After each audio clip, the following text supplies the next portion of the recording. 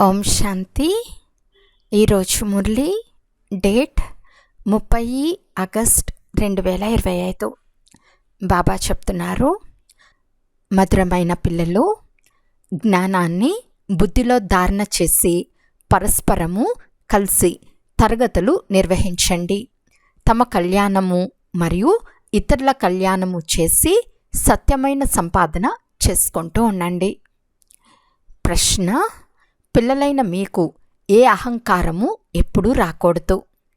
జవాబు: ఈ చిన్న చిన్న బాలికలు మాకేం తెలిపిస్తారని అనేక మందికి అహంకారం వస్తుంది. పెద్ద అక్కయ్య లేరంటే అలిగి క్లాస్కు రావటమే నిలిపేస్తారు.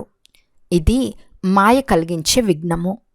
బాబా చెప్తున్నారు, పిల్లలు, మీకు వినిపించే టీచర్ నామరూపాలను చూడక తండ్రి స్మృతిలో ఉండి మురళిని వినండి. అహంకారంలోకి రాకండి. ఓం శాంతి. తండ్రి కూర్చుని పిల్లలకు అర్థం చేయిస్తున్నారు.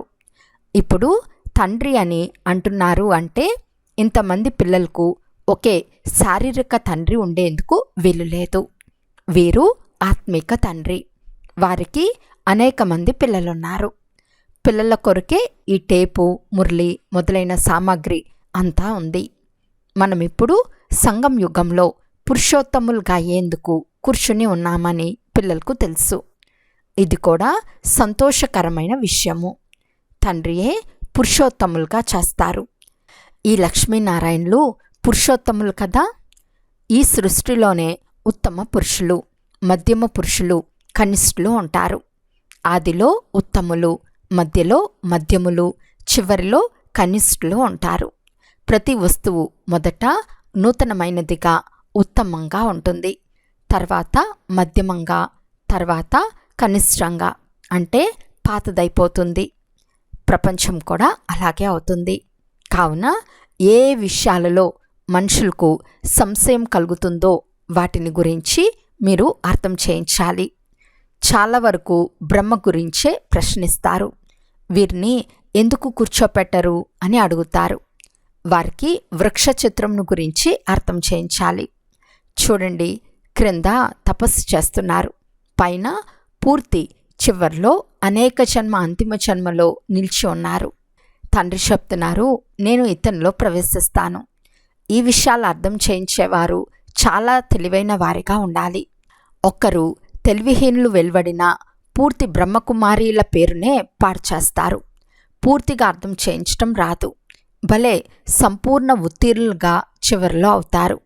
ఈ సమయంలో ఎవ్వరూ 16 కళ సంపూర్ణంగా అవ్వలేరు. కానీ అర్థం చేయించటంలో తప్పకుండా నెంబర్ వారుగా ఉంటారు. పరంపిత పరమాత్మ పై ప్రీతి బుద్ధి లేదంటే విపరీత బుద్ధి కలవారే కదా.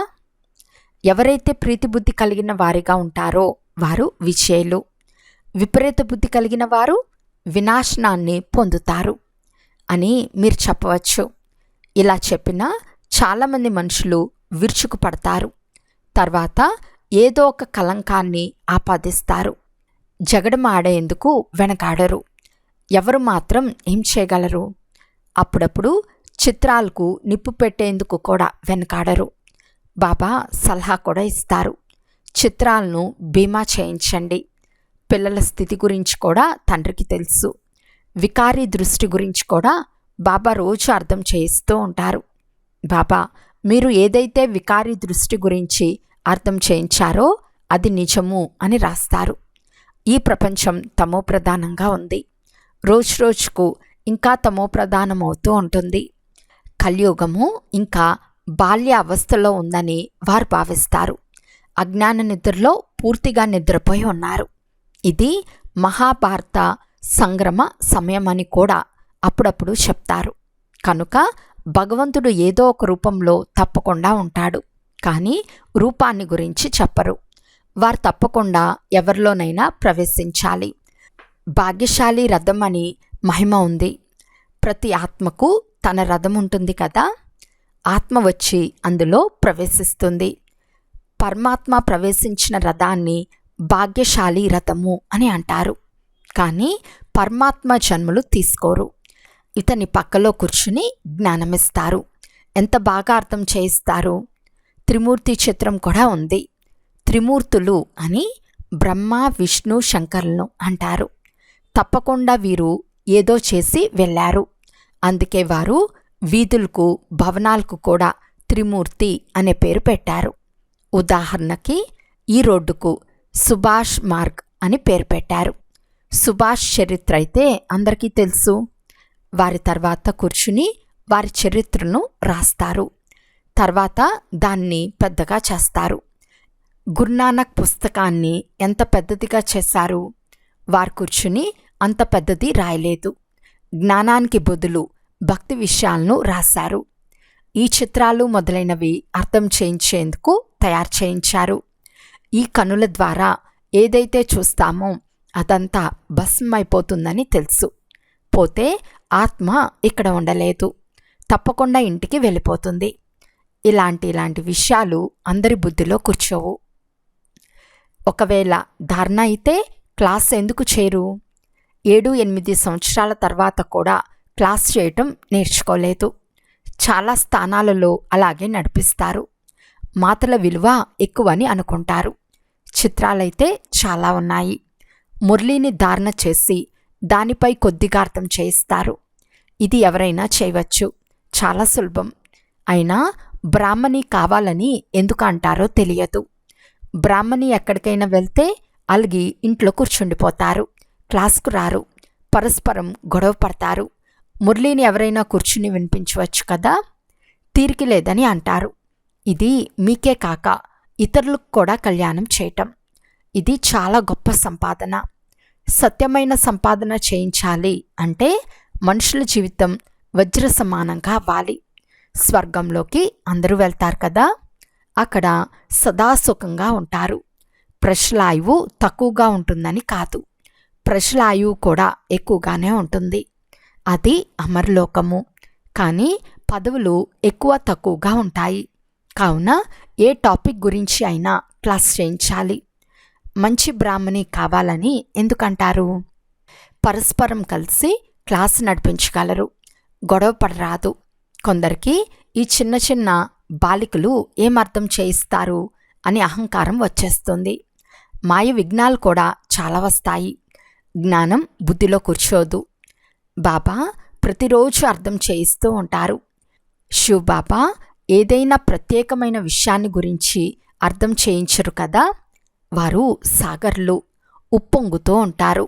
అప్పుడప్పుడు పిల్లలకు, అప్పుడప్పుడు వెలుపలి వారికి తెలిపిస్తూ ఉంటారు. మురళి అందరికీ దొరుకుతుంది. అక్షరాలు రాకుంటే నేర్చుకోవాలి కదా. తమ ఉన్నతి కొరకు పురుషార్థం చేయాలి. తమ కళ్యాణంతో పాటు ఇతరుల కళ్యాణం కూడా చేయాలి. ఈ బ్రహ్మా బాబా కూడా వినిపించగలరు కదా. కానీ పిల్లల బుద్ధి యోగం శివబాబా వైపు ఉండాలి.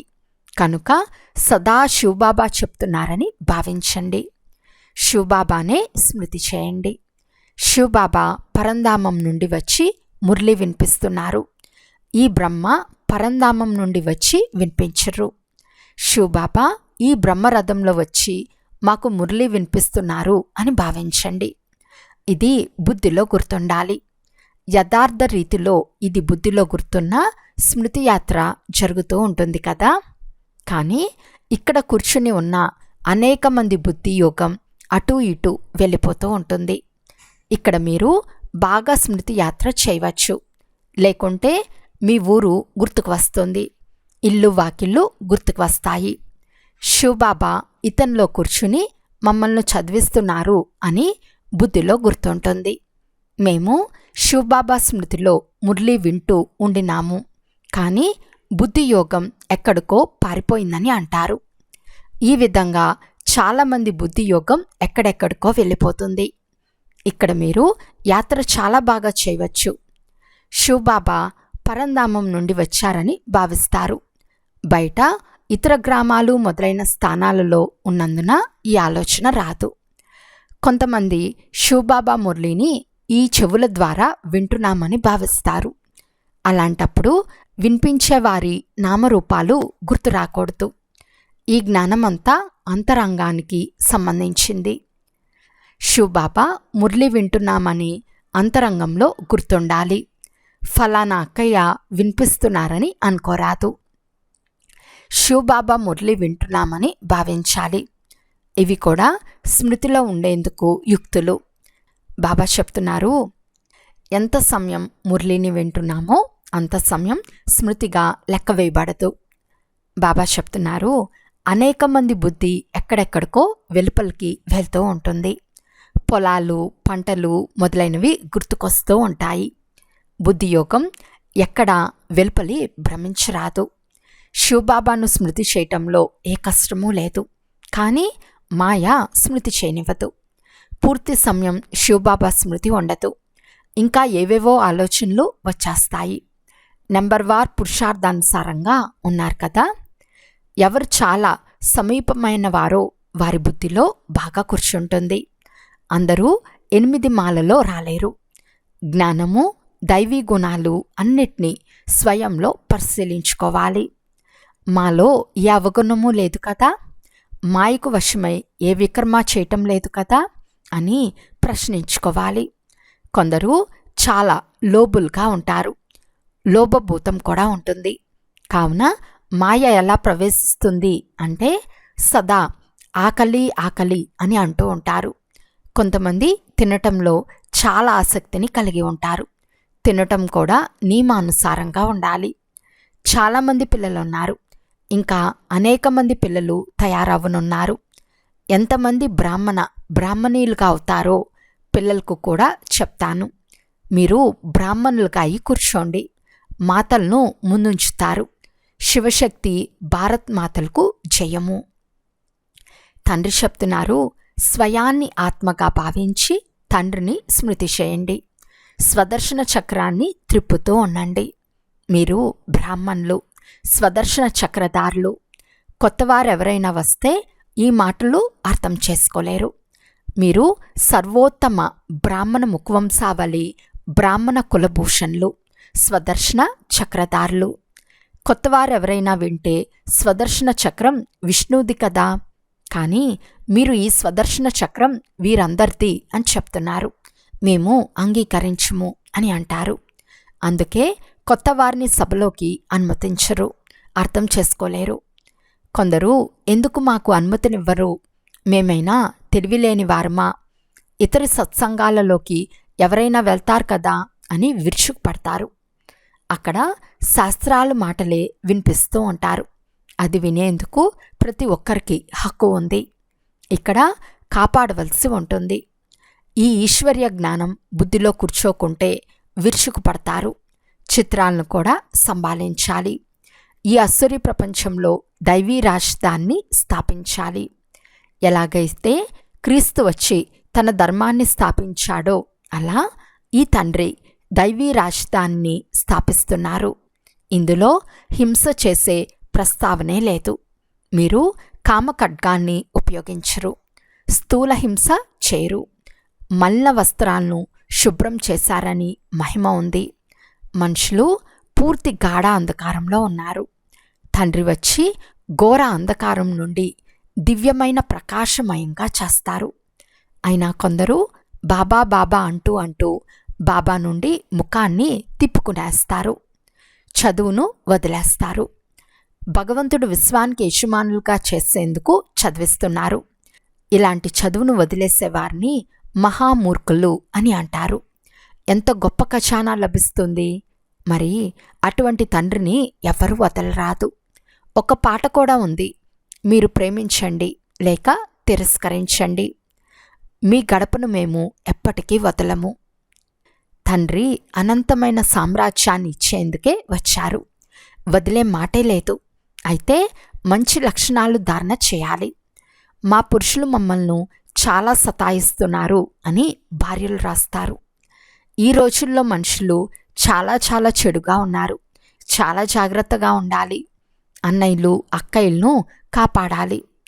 ఆత్మలైన మనం ఎటువంటి పరిస్థితి వచ్చినా తండ్రి నుండి వారసత్వం తప్పకుండా తీసుకోవాలి. తండ్రిని వదిలేస్తే వారసత్వం సమాప్తమైపోతుంది.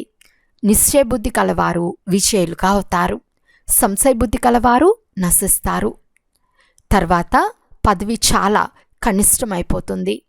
జ్ఞానాన్ని ఒక్క జ్ఞానసాగరుడైన తండ్రి మాత్రమే ఇవ్వగలరు. మిగిలినంతా భక్తి. ఎవరు ఎంతైనా తమను జ్ఞానిగా భావించినా వారి వద్ద కేవలం శాస్త్రాల జ్ఞానం మరియు భక్తి జ్ఞానం ఉందని తండ్రి చెప్తున్నారు. సత్యమైన జ్ఞానమని దేనిని అంటారో ఇది కూడా మనుషులకు తెలియదు. అచ్చా, మధురాతి మధురమైన అపురూపమైన పిల్లలకు మాతాపిత బాప్దాదాల ప్రియ స్మృతులు మరియు గుడ్ మార్నింగ్. ఆత్మిక పిల్లలకు ఆత్మిక తండ్రి నమస్తే.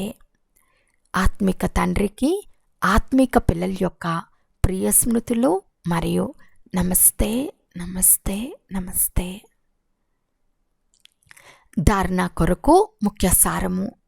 ఫస్ట్ పాయింట్, మురళీని వినే సమయంలో బుద్ధి యోగం వెలుపల భ్రమించటం లేదు కదా అని పరిశీలించుకోవాలి. మేము శివబాబా మహావాక్యాలు వింటున్నామని సదా స్మృతిలో ఉండాలి. ఇది కూడా స్మృతి యాత్రే అవుతుంది. సెకండ్ పాయింట్, మాలో జ్ఞానము, యోగము మరియు దైవీ గుణాలున్నాయా అని స్వయాన్ని పరిశీలించుకోవాలి. లోభభూతం లేదు కదా, మాయకు వశమై ఏ వికర్మ చేయలేదు కదా అని స్వయాన్ని ప్రశ్నించుకోవాలి. ఈరోజు వరదానము. నిమిత్త భావము యొక్క స్మృతి ద్వారా అలషడ్ని సమాప్తం చేసే సదా అచల్ అడోల్ భవ.